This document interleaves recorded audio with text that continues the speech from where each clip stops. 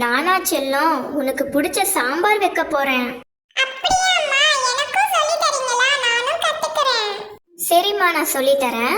ஆனா நீ கத்து வச்சுக்கணும், இப்பெல்லாம் செய்யக்கூடாது. ஏன்னா இப்போதான் உனக்கு 8 வயசு ஆகுது. பெரிய பொண்ணு ஆயிட்டனா நீ செய்யலாம். இப்போ நல்லா படிச்சா மட்டும் போதும்.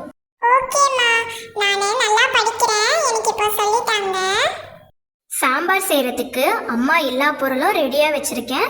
இப்போ நான் எப்படி செய்ய போறேன்னு நீ பாரு.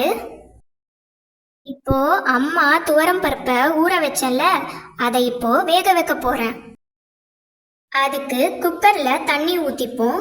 அப்புறம் பருப்போட பூண்டு, சீரகம், சோம்பு, மஞ்சள் சேர்த்து வேக வச்சுக்கலாம்.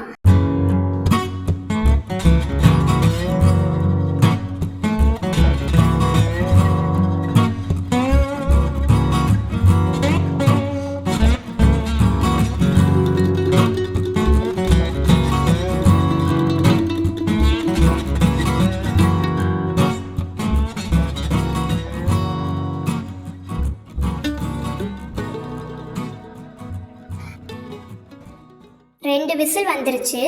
குக்கரை இறக்கி வச்சுக்கலாம். இப்போ சாம்பாருக்கு காய்களை வேக வைக்கணும். அதுக்கு நம்ம 2 ஸ்பூன் எண்ணெய் ஊற்றணும். கடுகு, சீரகம், மிளகாய், பெருங்காயத்தூள் போட்டு தாளிக்கணும். சாம்பார் வெங்காயம் போடணும், தக்காளி போடணும். அப்படியே காய்களை சேர்த்துக்கலாம். நம்ம அது கூட சாம்பார் பொடி சேர்த்துக்கணும். தேவையான அளவு தண்ணி ஊற்றி உப்பு போட்டு வேக வைக்கணும். அப்புறமா மூடி போட்டு மூடிடணும்.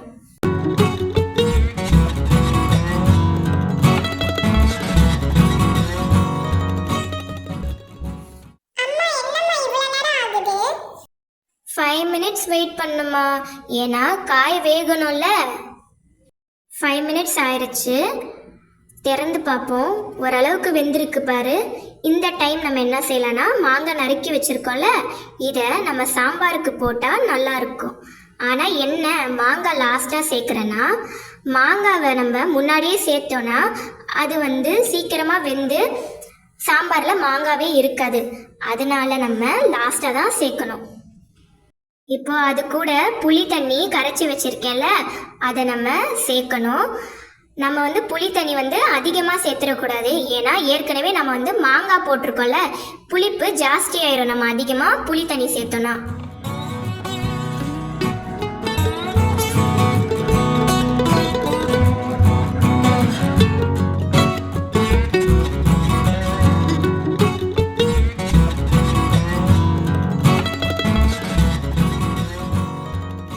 இதோட வேக வச்ச பருப்பை சேர்த்து 1 நிமிஷம் கொதிக்க விடணும்.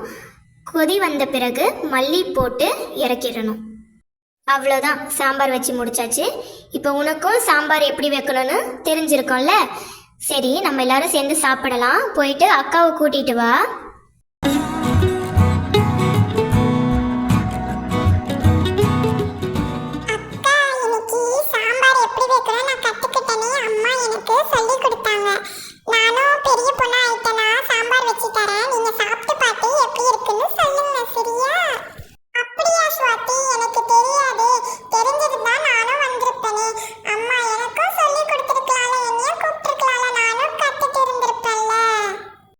அதெல்லாம் ஒன்றும் இல்லை செல்லம்.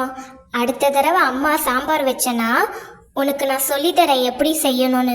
இப்போ 2 பேரும் சாப்பிடுங்க, அப்புறமா பேசிக்கலாம்.